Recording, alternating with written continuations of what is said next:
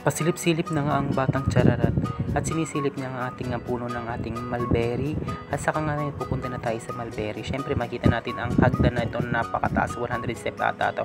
Syempre napatingin na siya sa ating puno ng mulberry at gusto niya nga sana kumuha ng mulberry. Charat! Ayan, nakita naman natin yung puno ng mulberry at nakita natin yung kulay pula na mulberry. Chararat tayo dyan. Ayan, umakit na ang bata at nakahawak nga siya sa akin kasi baka malaglag siya. Chararat!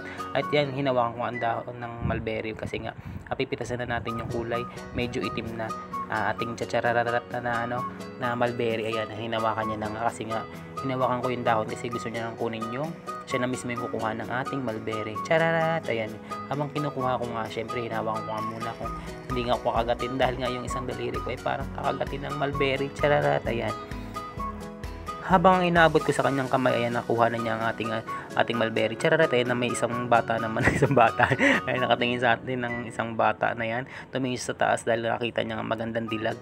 Ayan, tinitingnan na ang magandang dilag dahil nakatingin na nga siya sa atin habang tinitingnan natin yung syempre kukuha na tayo ng ating mulberry kasi ang kukunin natin yung kulay medyo itim na kasi yun ang mas matamis, sabi daw nila. Chararat! Ayan, habang kinukuha nga natin ang ating mulberry, syempre kailangan nating libutin ang ating punong ito dahil nga hindi tayo makakuha ng mga kulay itim na chararat na yan kasi nga nakita na namin yung magandang dalaga doon sa taas.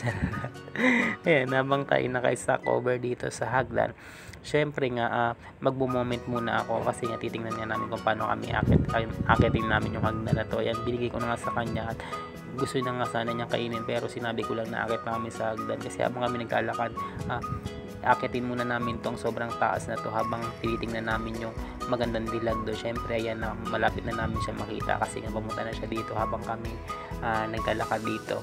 Syempre yan, habang nasa kami niya na nakakita kami dito, syempre nanlanggam kasi pinatanggal niya nga dahil nga nilalanggam na daw siya. Syempre nakita natin yung paa ng pusa. Ayan, ayun yung mukha ng pusa, titingin pa ngayon sa ating camera. Hi pusa. Chararat! Ayan, syempre nandito tayo sa pinakalas na hagdan. Ayan, nakita na natin ang magandang dilag. Ayun si Ate Mabel. Ayan, yung electric pan ang nakita natin, hindi si Ate Mabel. So tinituro niya nga yung pupunta daw kami dun sa anak ni Ate Mabel na si Priya. So sinabi ko nga sa kanya na wala naman si Priya kasi nandito yung nanay niya. Chararat! Ba't hinahanap niya ba yung si Priya? Ayan, ito naman yung nanay niya. Chararat! Ayan yung pusa. So habang tinitingnan natin yung baba na yan, syempre kaya akala natin makapag-TikTok tayo pero hindi pala, nagkakamali pala tayo. Chararat! Ayan, munti ka na nga niya maapakan yung buntot ng pusa kasi nga sobrang lapit niya sa pusa, naapakan niya na nga to. Chararat! Ayan, habang hinahawakan ko yung kanyang matigas na bunbunan, syempre tinignan uli natin yung baba dahil nga bakala natin bumaba na si Ate Mabel. So ayan, nagbilang muna tayo ng 1, 2, 3, 4, 5, 6, 7 yan, nag ABCD muna. Chararat! Ayan, syempre nga sumilip muna yung bata kasi niya akala niya nasa bilanggo na daw siya. Chararat! Ayan, nakita nga na, kung kitang-kita nyo, kinakain niya na yung mulberry natin at tumingin pa sa camera natin dahil maganda daw siya. Chararat! Yun, nagtuturo na naman siya, akala niya may bibilin siya doon, wala naman tindahan doon. Chararat! Ayan, naglalakad na naman siya, dahan-dahan siya naglalakad.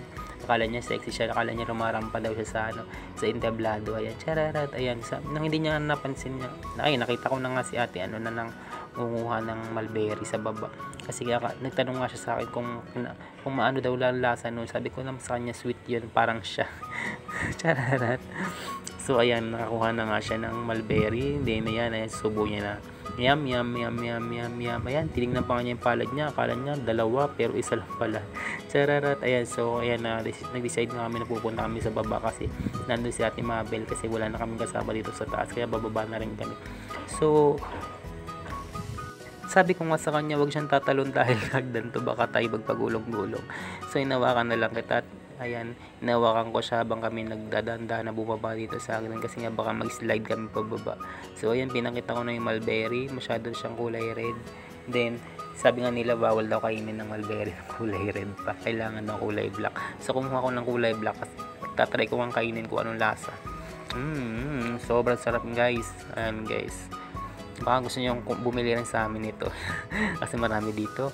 Pwede, ayan, sobrang pait nito. Mapait ba? Hindi pala, maasim pala. Ayan. Pinakita na naman natin yung puno ng mulberry kasi nga naghanap tayo dito ng gagamba kasi baka meron tayong makain ng gagamba kasi nga kulay nga itim nga rin. Chararat! Ayan, makita nyo naman yung aking daliri, sobrang laki. Chararat! Ayan, Ayan, pumunta na naman ako dito. Ayan, pinakita ko na naman yung mukha ko. Kala mo naman napakagwapo. Chararat! Ayan, syempre, pinakita ko at na yung mga bata at sa ating Mabel. Syempre, may matao rin doon. And pinatakbo ko na nga yung aming baking pamangkin kasi nga hinahabol na bata siya ng aso. Chararat! Ayan si Ate Mabel, nakatingin na sa ating camera kasi alam niya nagbablog tayo. So ayan na nga, tataas daw kami ulit sa taas. Sabi ko naman sa kanya, doon na lang tayo, upo na lang tayo sa gilid. So ayan, naglalakad na kami, nakita namin si Ate Mabel na nakaupo doon kasi nga mag-ready na daw yung kwentuhan namin. Ayan, uupo na rin yung bata para daw makapagkwentuhan sa aming pag-uusapan. Kaya ayan, makikipagkwentuhan din daw siya. Kaya nga sabi niya kay Ate Mabel, simulan mo na, hama ako kakain ng mulberry. Ayan, yum yum yum yum yum yum. Hi.